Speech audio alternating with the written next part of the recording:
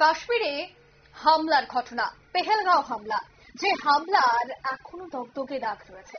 কিন্তু কিন্তু এই হামলার যে গোটা মাস্টার মাইন্ড তা কিন্তু একটি জঙ্গি সংগঠনের বিরুদ্ধেই রয়েছে। তবে মূলত প্রশ্ন হচ্ছে যে কারা অর্থ সাহায্য করত। এই জঙ্গি সংগঠনগুলি যখন বিভিন্ন জায়গায় তাদের নাশকতা করত তখন ফান্ডিং কে করত, এটাই হচ্ছে মূল প্রশ্ন। তবে এবার যে একটা চাঞ্চল্যকর কিছু তথ্য বেরিয়ে এসেছে তা কিন্তু যথেষ্ট অবাক করার মতো। যদিও পাকিস্তান থেকে কিছু একটা ফান্ডিং যায় এই খবর কিন্তু প্রত্যেকেরই জানা রয়েছে, কিন্তু এবার কিন্তু পাকিস্তানের সাথে নাম যুক্ত হয়েছে মালয়েশিয়ার। মালয়েশিয়া পাকিস্তান থেকে পেহেলগাঁওয়ের হামলার অর্থ নাকি সাহায্য করা হচ্ছিল, অর্থ দিয়ে সাহায্য করা হচ্ছিল। এনআইএম এর দেওয়া একটি প্রমাণ কিন্তু এবার পাওয়া গেছে। রাষ্ট্রসংঘ পেশ করবে এই বিষয়টা। বিস্তারিত তবে সে বিষয়ে জানবো। টেলিফোন লাইনে যুক্ত হয়ে গেছে প্রতিনিধি সৌম মুখোপাধ্যায়। সৌম, এনআইএর দেওয়া প্রমাণ রাষ্ট্রসংঘে পেশ করবে ভারত, ঠিক কি জানতে পারছো? দেখো, জানা যাচ্ছে যেটা যে গত 16 তারিখই এনআইএর তরফ থেকে দাবি করা হয়েছিল যে তাদের কাছে একটা চাঞ্চল্যকর তথ্য এসছে, কিন্তু সেই বিষয়টি প্রকাশ্যে আসেনি। কিন্তু আজকে সেই বিষয়টি প্রকাশ্যে এসছে।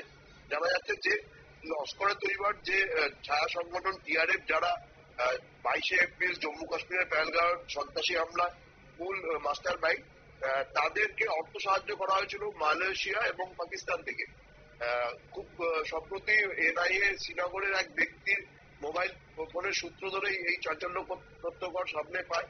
যা জানা গেছে যে 463টি ফোন কল মোট খতিয়ে দেখা হয়েছে ওই ব্যক্তির, এবং সেখান থেকেই জানা গেছে যে একাধিক দেশ থেকে টিআরএফ কে অর্থ সাহায্য করা হয়েছে, এবং পেহেলগাঁও হামলা চালানোর জন্য মূলত মালয়েশিয়া এবং পাকিস্তান থেকে অর্থ সাহায্য করা হয়। এই বিষয়ে সাজ্জাদ আহমেদ মীর নামে এক ব্যক্তির নাম সামনে এসেছে। জানা গেছে যে মালয়েশিয়ায় সে টিআরএফ এর হয়ে অর্থ সংগ্রহ করে, এবং এই বিষয়ে ইয়াসির হায়াত নামেরও একজনের নাম পাওয়া গেছে। সে টিআরএফ এর হয়ে তহবিল জোগাড় করতে মালয়েশিয়া বিভিন্ন দেশে গিয়েছিল, এবং তার সাহায্যে পাকিস্তান থেকেও টাকা তোলা হয়। মোট 9 লক্ষ টাকা মালয়েশিয়া থেকে এবং 15 লক্ষ টাকা পাকিস্তান থেকে সে সংগ্রহ করে। এরপরে সে সাফাত ওয়ানি নামে টিআরএফ জঙ্গিকে এই টাকা তুলে দেয়। তারপর সেই টাকা হাওয়ালার মাধ্যমে ভারতবর্ষে এসে কাশ্মীরে পৌঁছয় এবং টিআরএফ জঙ্গিদের হাতে পৌঁছয়। যেটা জানা যাচ্ছে যে বিদেশে আরো কিছু ব্যক্তির নাম পাওয়া গেছে ওই ফোন কলগুলো জেরা করে। এছাড়াও ভারতেরও কিছু নাম রয়েছে। পুরো বিষয়টি এনআইএর তরফ থেকে এখনো সামনে নিয়ে আসা হয়নি, কিন্তু বিদেশি তহবিল যে টিআরএফ এর কাছে আছে এবং বিভিন্ন রকম জঙ্গি হামলার ক্ষেত্রে যে এই বিদেশি তহবিল কাজ করে সেটা প্রমাণ পেয়েছে এনআইএ, এবং এই বিষয়ে রাষ্ট্রসংঘে প্রমাণ তুলে ধরা হয় বলে জানা যাচ্ছে। কারণ এর আগে টিআরএফ কে যখন আন্তর্জাতিক জঙ্গি সংগঠন ঘোষণা করার দাবি রাষ্ট্রসংঘে জানানো হয়েছিল, পাকিস্তান তার বিরোধিতা করেছিল। কিন্তু এইবার যা প্রমাণ ভারতের গোয়েন্দা সংস্থার হাতে এসছে, সেই প্রমাণ টিআরএফ কে আন্তর্জাতিক জঙ্গি সংগঠন ঘোষণা করার জন্য যথেষ্ট বলেই মনে করা হচ্ছে। অঙ্কিতা, একদমই ধন্যবাদ।